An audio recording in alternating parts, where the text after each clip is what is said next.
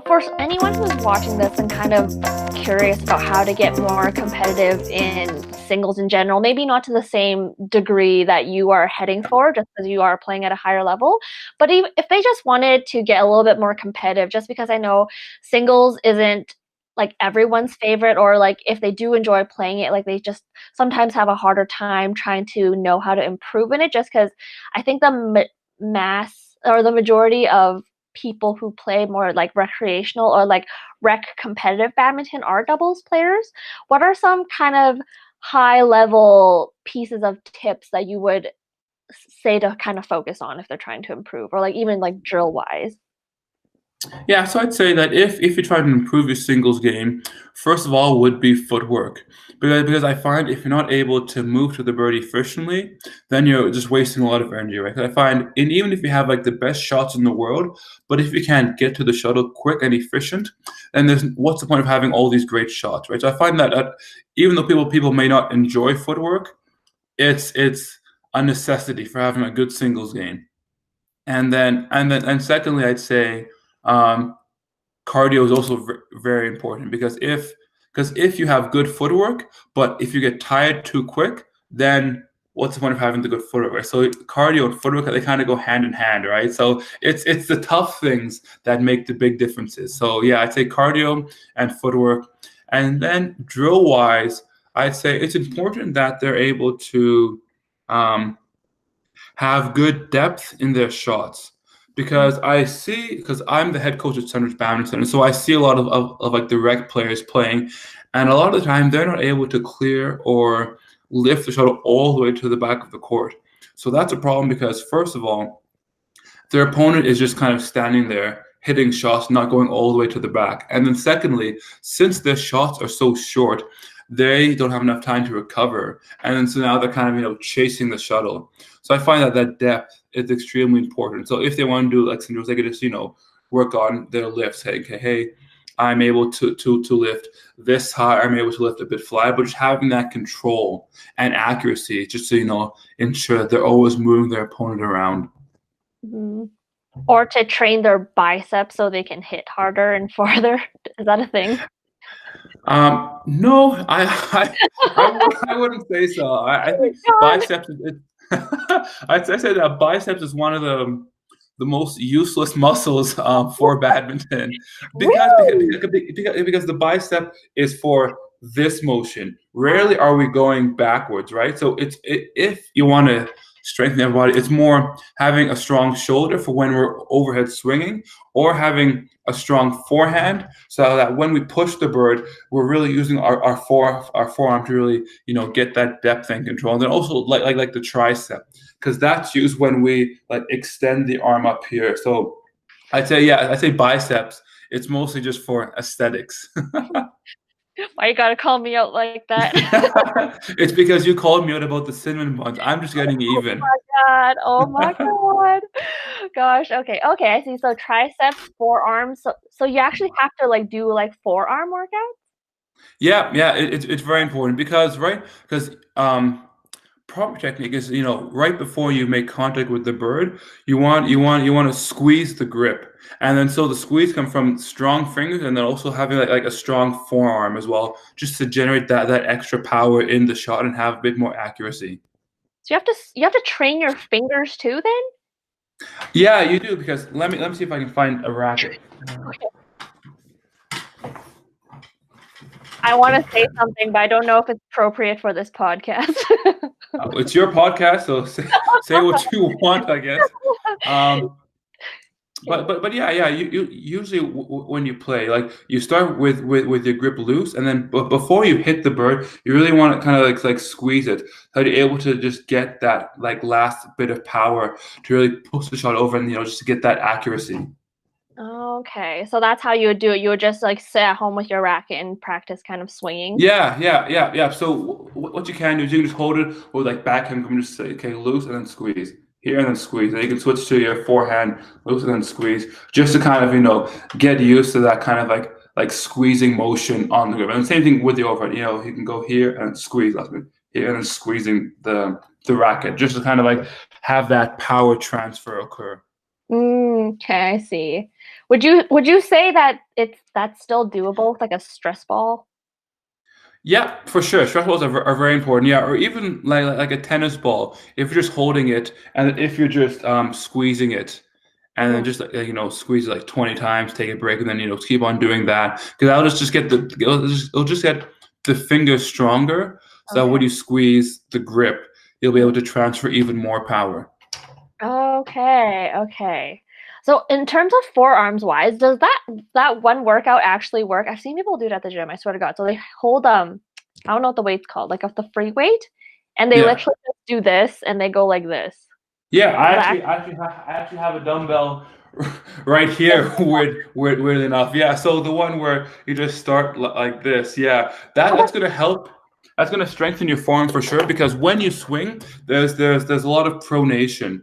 So that the pronation is like when you're turning your wrist forward. So that from here, this turning motion, if the form's not strong enough, we won't be able to generate power. But we really want to have a strong pronation, a strong form, so that it'll help us smash harder and just be able to control and generate more power. So yeah, don't make fun of those people who are doing like these you exercises at the never gym. It's extremely important.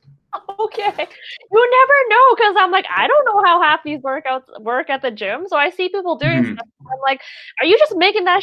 Oh, I shouldn't say that. Are you just making that up? Or are you Yeah, actually, or is this actually a thing? Because like you've seen those like YouTube videos, right? Or like those memes on Facebook where like there's those people that like they're filming and like they have those bands on their head and they're doing like a neck exercise. And yeah. Mhm. conflicted on whether or not that's like actually a workout or if they're actually just going to injure themselves in the long run. Like that's always like Yeah. how I feel when I see different things that I don't really understand. Yeah. Well, you never know. You can't judge an exercise without knowing, its true depth and its true importance. But the forearm one, it is a legit exercise to strengthen your forearms for sure. Fair, fair. Do you do any of these with your students? Because I know that some of your students are a little bit younger.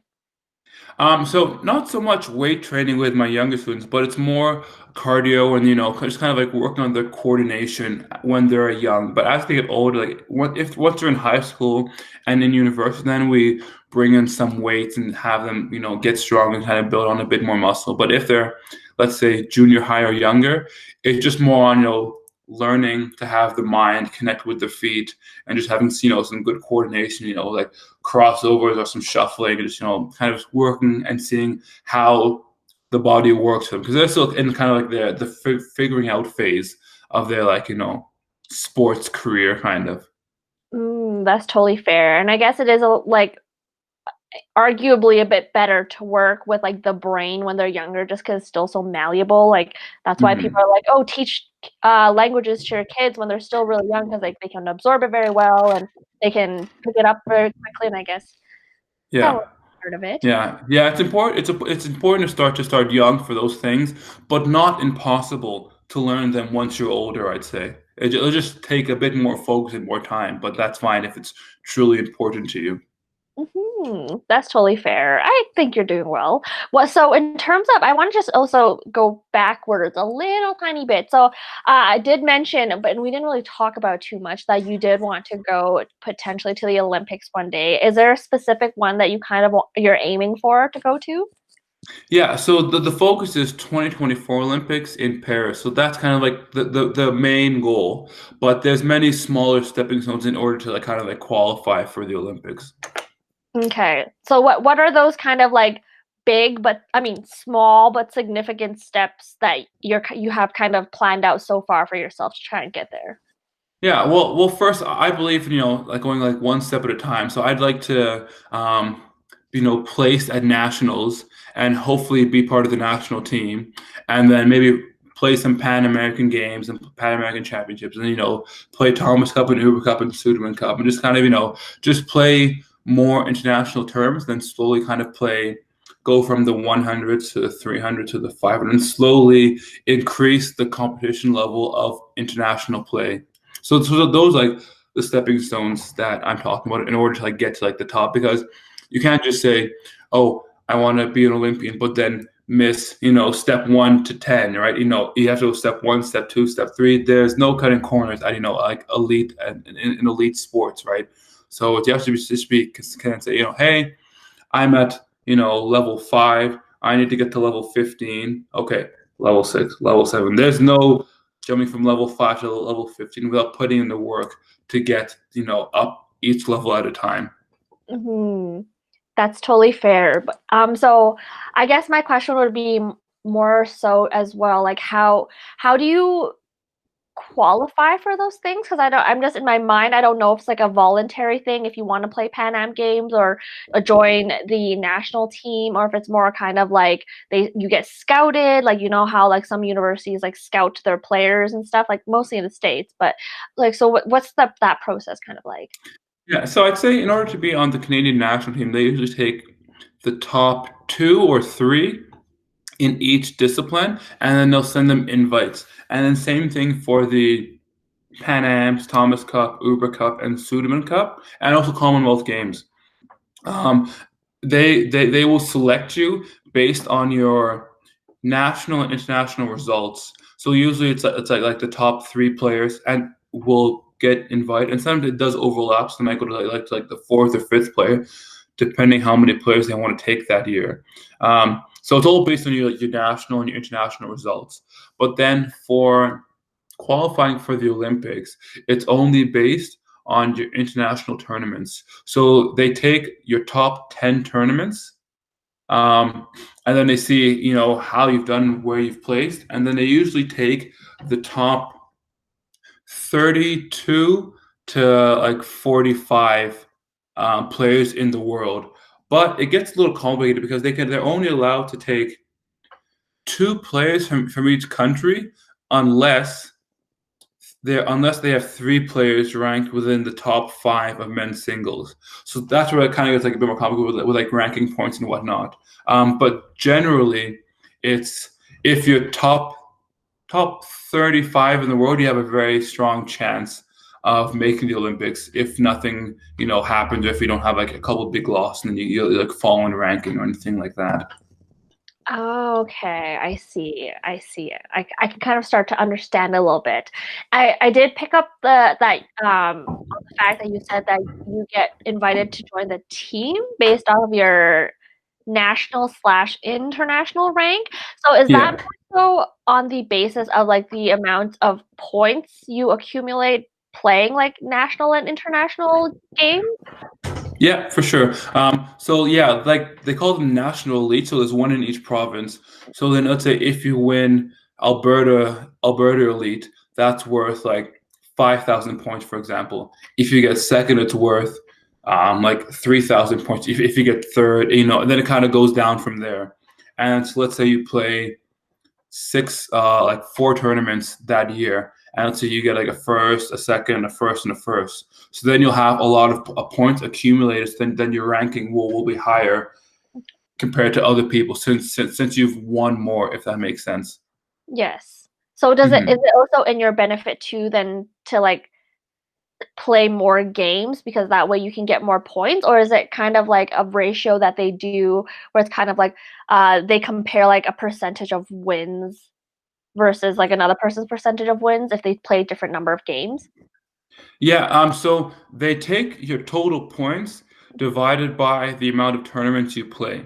Mm, So let's say if you play 10 tournaments, but only do well in 3 of them. Bless you. But only do well in 3 of them, your ranking won't be as good. But if you play, let's say, 5 tournaments, but do well in all 5, then your ranking will be higher since you have more more positive or more higher points compared to somebody who's just played 10 but only done well in 3 and then not very good in the other 7. okay, I see. Does that also, I guess I feel like that's also like a very complicated assessment on its own too, because it's kind of like, well, who are they playing? And like if they have like less games, if the person played more games, they have technically have a higher chance of like having more losses because they've played more games. Like, does that, Hmm. I guess like that impact? So yeah, so usually for the tournaments, if the draw is bigger, Mhm. they'll award more points to each round. Okay. So, like for example, if it's like a draw of 64 players, then if you win that, you'll get more points compared to if it was like a draw of 32 players. Since there's like an extra round, they take that into account, and then they give you more points because okay, you played an extra round compared to this tournament in wherever it is. So they do take into account the amount of players at each tournament.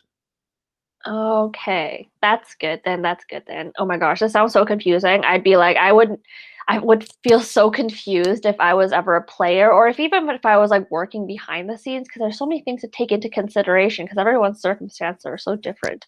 Hmm.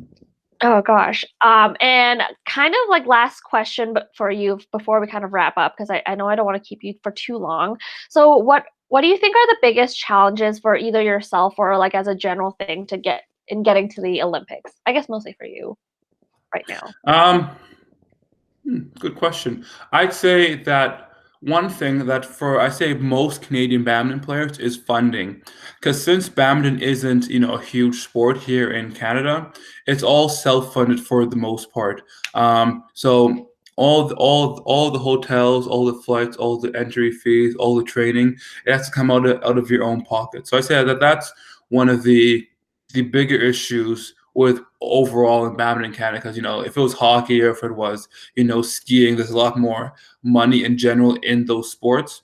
But in badminton, we're not as fortunate to have all that money. So I say funding um, is, yeah, will become like a worry. So of course, you have to start saving early if you want to kind of try to qualify for that. So I say that that's one of the biggest issues. And then another issue is just um, sometimes lack of sparring players. At the moment, I have a good sparring team and good training members with, but since Canada isn't as strong compared to countries in Asia and in Europe, we don't have as many um, top international players besides like Michelle Lee, and then we're slowly climbing the ranks with like Jason Hoshi, Nelia Kura, and Kristen Stein, Rachel Hondra. So we're slowly getting better and better. But I find that what's really important is that over in Asia, they have like tens of thousands of like top level badminton players who just aren't good enough to represent China. But here, we only have like a smaller amount. So thankfully, some clubs like Clear One in Vancouver or like E Badminton Centre in Toronto, they've brought players from like Indonesia and from China who are just able to play at a higher level, which will benefit their students who are training there. Oh, that sounds really good. Does that cost Mhm. extra for you guys as students, or is it more kind of a cost that's already been uh incorporated as part of your like coaching fees when you're paying? I think usually it's just part of the coaching fees because they bring the players over and the players now like live in Canada, so they try and get their PR, try and get their citizenship. So it's just like a job for those players because it's so competitive over there. They in like China, it's like a good chance for them to come here and then land like a good coaching job and then still be able to benefit them because they're getting paid and then moving to like a new country with more opportunity than if they were to stay there and maybe not be able to coach, just have to work like a 9 to 5 job or something like that, or something that wasn't their passion. That's totally fair. At first, when you were starting to talk about it, I thought you were talking about like they got current uh like Olympic or very high level badminton players, for example, like Leon Day, and they just like, oh, can you come over, like just help us for a bit, type of thing, and just they took time out of their schedules to kind of come coach. I thought that's what you meant. They have done that. Like Peter Gade has come to Vancouver a couple times to run some of the Clear One camps down there. So he works with the players, and then he's very intense in his coaching. So yeah, depending on the club, they will bring in some players who are either still competing or who have just finished competing, just to give us a different outlook on what it takes to be like ranked number 3 in the world. What's needed to be at that top level. Like what it looks like up close when they're playing, like to be that Hmm. like, top 5 or something like that. Yeah, for sure. Yeah, 'cause I find when you watch them on YouTube, it's not the same as when you watch it in real life because you pick up different things, and then the game just seems a lot quicker in real life, and then you're like, wow, these guys are true masters at their craft. Okay. Did you tell them that when you ever met them? No, I'm usually too starstruck. I just stand there with my mouth open, saying, oh my God, I can't believe I'm seeing Lee Chung Wei or seeing Lee Yong Dae. I just stand in awe and amazement usually when I watch them. Have you met Leon Day before? I've walked by him. Oh my god, I'm so jealous. He's actually like my favorite person, like player Mhm. wise, because he's like just really good at doubles, and B, he's like low key kind of very cute. So Yeah, that's what I've heard. Yeah, yeah, yeah. he's a very good doubles player, and then he's a very good mixed player as well. Yeah, Wait, what and do then you? I No, sorry. I was just like, because when I said he's like cute, you said so. From what you've heard, like, what do you mean? You said you walked by him before. You don't think he's oh cute? yeah, well You yeah, don't think well when I walked by him, I wasn't checking him out. I was saying, "Oh my God, it's Lee Yong Dae, an Olympian." I wasn't saying, "Oh, it's a K-pop star. Oh, he's so cute." This and that. That wasn't one of my focuses when I was, in his presence. Oh my god, I don't know. I mean, like if someone's beautiful, you'll stare at them no matter what is like my train of thought. But I don't know. I'm just glad. I was like, oh my god, if John tells me right now that he doesn't look the same in person as he does on YouTube, I'm gonna cry. Mhm. No, no, he looks very similar from YouTube to on person. So don't worry, you can still have your Korean crush on him. Yes. Oh my god. Well, that kind of brings us to the end of our podcast for today. Thanks so much, John, for sharing your stories and your insight and even some advice, like some free coaching pretty much for people who are watching our podcast. Yeah, no, not a problem, Shirley. Thank you so much for having me. It's always an honor um, being valued and having people like yourself just want to take some time just to figure out, what I'm about, what's happening in the badminton world these days. So no, thank you so much for having me. Yeah, no worries. So, to kind of bring our podcast to a close, I had a few fun questions I wrote down. There's like a part where it's kind of short answer y, and Okay. there's some that are kind of like pick one or the other. I'm Okay. prepared for your midterms with all these Okay. questions. I'm ready.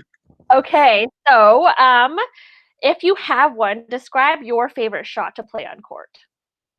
My favorite shot would be the around the head cross court smash. That's a thing. Yeah, yeah, it's a thing. Yes. Oh, how do you even smash that? Like, do you go like this way or do you go this way around the head?